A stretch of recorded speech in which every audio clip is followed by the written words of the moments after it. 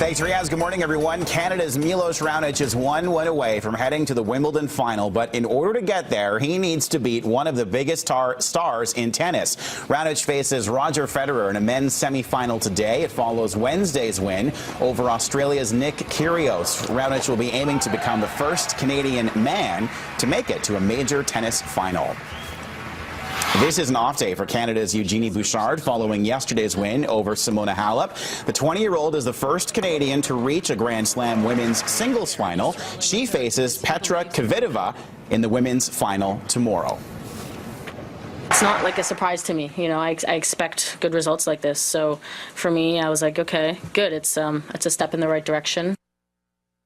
Now, the success of Eugenie and Milos at Wimbledon has the local tennis community buzzing. Greg Harper joins us live from Stanley Park this morning with more on that. Greg.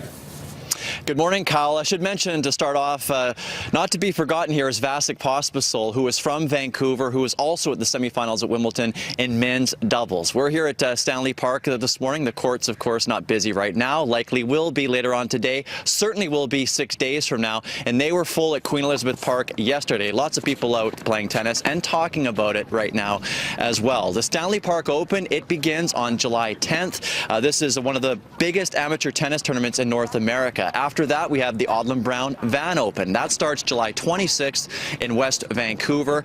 Attendance at these tournaments likely to be fairly healthy this year as the interest in tennis, it's on the rise.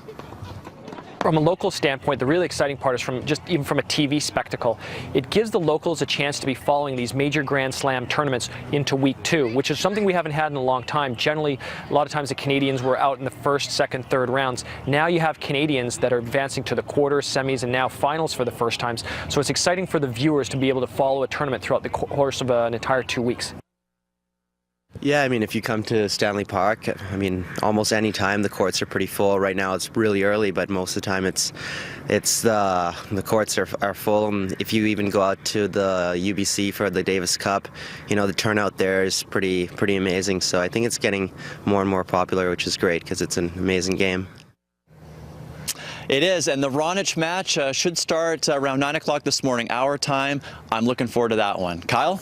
I'm sure you are. Greg Harper, among many people looking forward to this weekend's match. Thank you very much. Greg Harper live this morning in downtown Vancouver. In his final financial report, organizers of the Vancouver Winter Olympics say the Games broke even. Almost 11 years to the day after winning the rights to host the Games back in 2003, its estimated total revenues and expenses were just short of $1.9 billion. But not everyone is convinced the Games have been paid off yet, as the Sea to Sky Highway, the Canada Line, and the new convention center were not included in the overall cost report. The former CEO of VANOC calls the project a success despite a number of hurdles in the years leading up to the opening ceremony.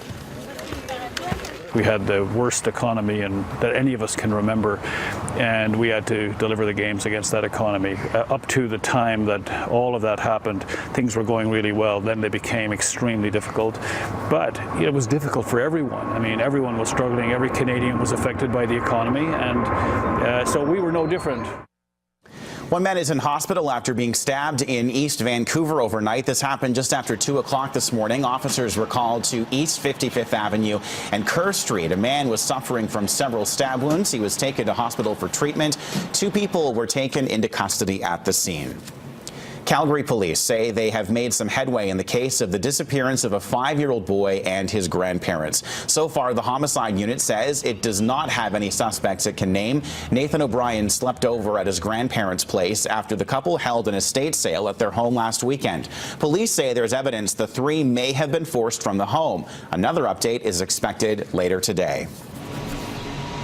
We're very confident that we're going to find these family members, and we're hoping that we're going to find them alive.